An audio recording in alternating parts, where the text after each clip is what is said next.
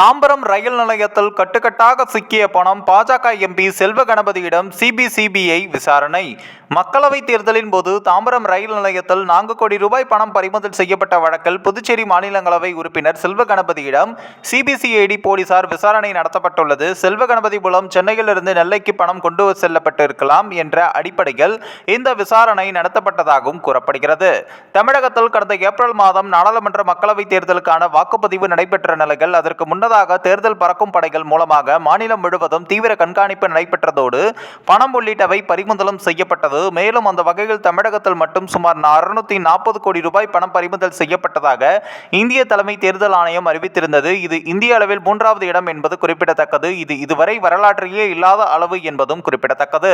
இந்நிலையில் தேர்தலுக்கு முன்னதாக கடும் கண்காணிப்பு இருந்தபோது கடந்த ஏப்ரல் 7ஆம் தேதி லோக்சபா தேர்தல் கண்காணிப்பு பணிகள் தீவிரமாக நடந்து வந்த சூழலில் சென்னை தாம்பரம் ரயில் நிலையத்தில் நெல்லை எக்ஸ்பிரஸ் ரயிலில் தேர்தல் பறக்கும் படை அதிகாரிகள் சோதனை நடத்தினர். நெல்லை எக்ஸ்பிரஸ் ரயிலில் 3 பேர் 3 கோடியே 99 லட்சம் ரூபாயை உரிய ஆவணங்கள் இல்லாமல் கொண்டு சென்றது கண்டுபிடிக்கப்பட்டது. அவர்கள் புரசைவாக்கத்தில் உள்ள பாஜக எம்எல்ஏவாகவும் நெல்லை லோக்சபா தொகுதி பாஜக வேட்பாளருமான நயினார் நாகேந்திரனுக்கு சொந்தமான ஹோட்டலில் பணியாற்றும் சதீஷ், நவீன், லாரி டிரைவர் பெருமாள் ஆகியோர் என்பதும் தெரியவந்தது.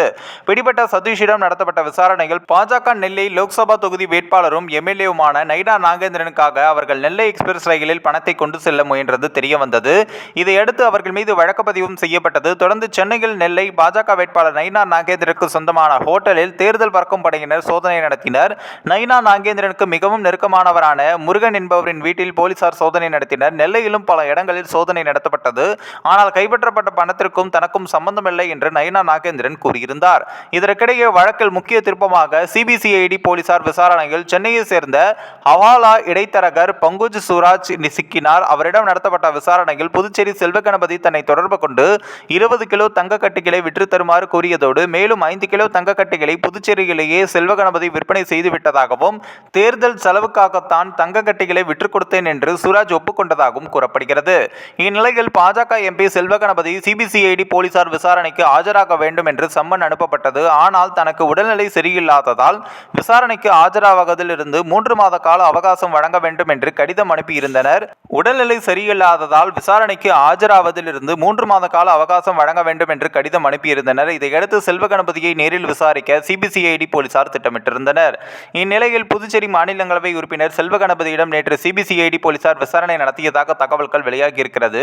சுமார் 6 மணி நேரம் நடத்தப்பட்ட இந்த விசாரணையில் பணத்தை நெல்லைக்கு கொண்டு செல்லப்பட்டதில் செல்வ கணபதி மூலம் பண பரிமாற்றம் நடந்திருக்கலாம் என்ற தகவலின் அடிப்படையில் இந்த விசாரணை நடைபெற்றிருக்கிறது. மேலும் ஏற்கனவே கைதான ஹவாலா இடைத்தரகர் பங்குஜ் சூராஜ் அளித்த வாக்குமூலத்தின் அடிப்படையில் செல்வ கணபதியிடம் விசாரணை நடத்தப்பட்டதாக தகவல்கள் வெளியாகியிருக்கிறது.